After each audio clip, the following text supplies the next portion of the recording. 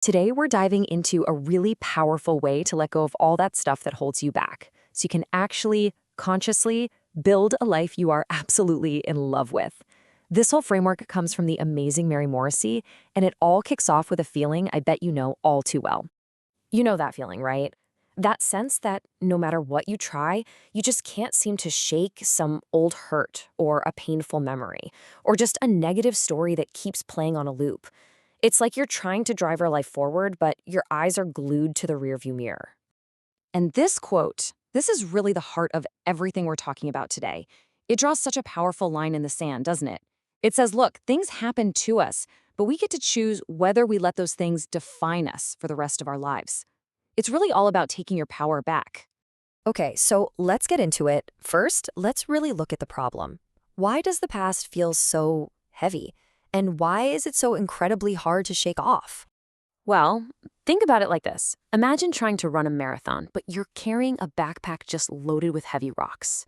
That's exactly what it's like when you're lugging around old hurts, resentments, and grief.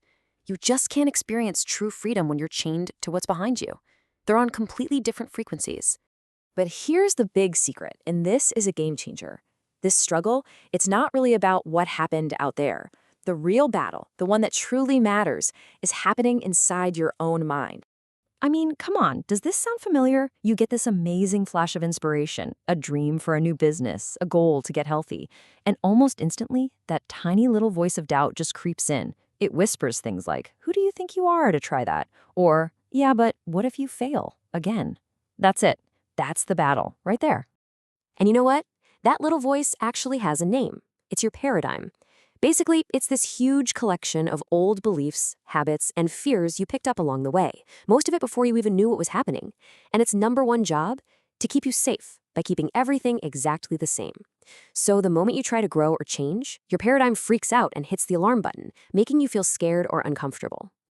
So what happens is you get these two competing voices inside your head. On one side, you've got the voice of expansion. That's your dream, your potential, and it's yelling, I can do this, I will. But then, on the other side, you've got the voice of constriction, your paradigm, and it's whispering, no, you can't. You don't know how. It's just this constant internal tug of war. You know, there's this amazing Cherokee story that just captures this perfectly. An elder is talking to his grandson, and he says there's a terrible fight going on inside him, a fight between two wolves. One wolf is all about fear, anger, regret, and self-pity. But the other wolf, that one's all about joy, hope, peace, and love. So, the big question is, how do you win this fight? How do you finally release the crushing weight of the past? Well, let's shift to the solution, because it starts with a surprisingly simple three-step process. These right here are the three keys to unlocking those chains. It's acceptance, forgiveness, and gratitude. Sounds simple, I know, but let's break down why each one is so incredibly powerful. Okay, first up, acceptance. Now this is crucial. This is not about saying what happened was okay. It's about ending your war with reality.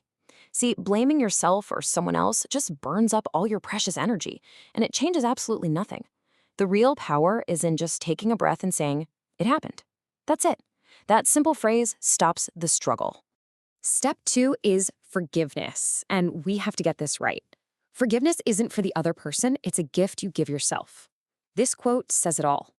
Holding on to resentment is like picking up a red-hot coal with the intention of throwing it at someone else. But who gets burned first? You do. Forgiveness is you deciding to put down the coal. And finally, gratitude. Now, this doesn't mean you're grateful for the awful thing that happened. No way. It means you're grateful for the wisdom you harvested from that experience. You ask yourself, what strength did I discover in myself because of that? Think about it. You didn't learn to walk by succeeding. You learned to walk by falling down, over and over again. So once you start that process of releasing the past, the very next step is to get in there and actively change the conversation that's happening inside your head. Let's talk about how to actually rewire that inner voice. And look, it's another super simple three-step pattern that you can use anytime. First, you notice the thought. Then, you pause to break its momentum. And finally, you act by taking one tiny step. This is literally how you build a new, more powerful mental habit. All right, so step one is just awareness. It's about catching your paradigm in the act. You just start to hear that old familiar voice saying something like, I've never been able to stick to a budget, or I'm just not good at public speaking. It's what you call a closed system, a thought that just reinforces the old story and keeps you stuck.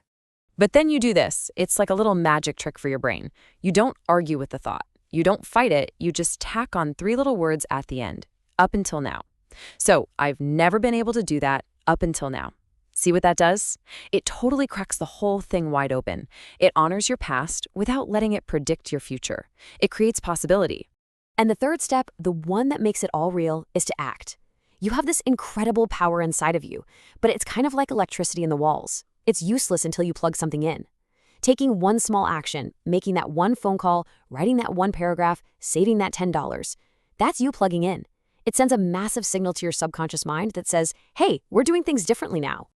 This story is just a perfect example of this. William Kamkwamba was forced to drop out of school because of a famine, but he didn't sit around focusing on what he didn't have. He looked at what he did have, scraps in a junkyard and a book from the library, and he built a windmill that brought electricity to his entire village. He just started right where he was with what he had. It's so inspiring. So this all brings us to the most important piece of the puzzle. Because when it's all said and done, it comes down to a choice. A choice you make not next week or tomorrow, but right now. And this is really what it all boils down to. It's so easy to tell ourselves, okay, I'll start fresh on Monday, or I'll do it after the holidays. But real, lasting transformation only ever happens in one moment, right now. The power to choose a different path, to feed a different thought, it only exists in this present moment. And every single time you make that brave choice, the choice to challenge an old belief, the choice to take one tiny, scary action, you are literally giving a gift to the person you are becoming. The future you is being built brick by the courageous choices you make today. Which brings us right back to that battle inside, the two wolves. When the grandson in the story asked his elder which wolf wins the fight, the old man just said, the one you feed. Your thoughts, your focus, your actions. That's the food. So the question isn't which wolf is stronger. The question for you right now is this: which wolf are you going to feed?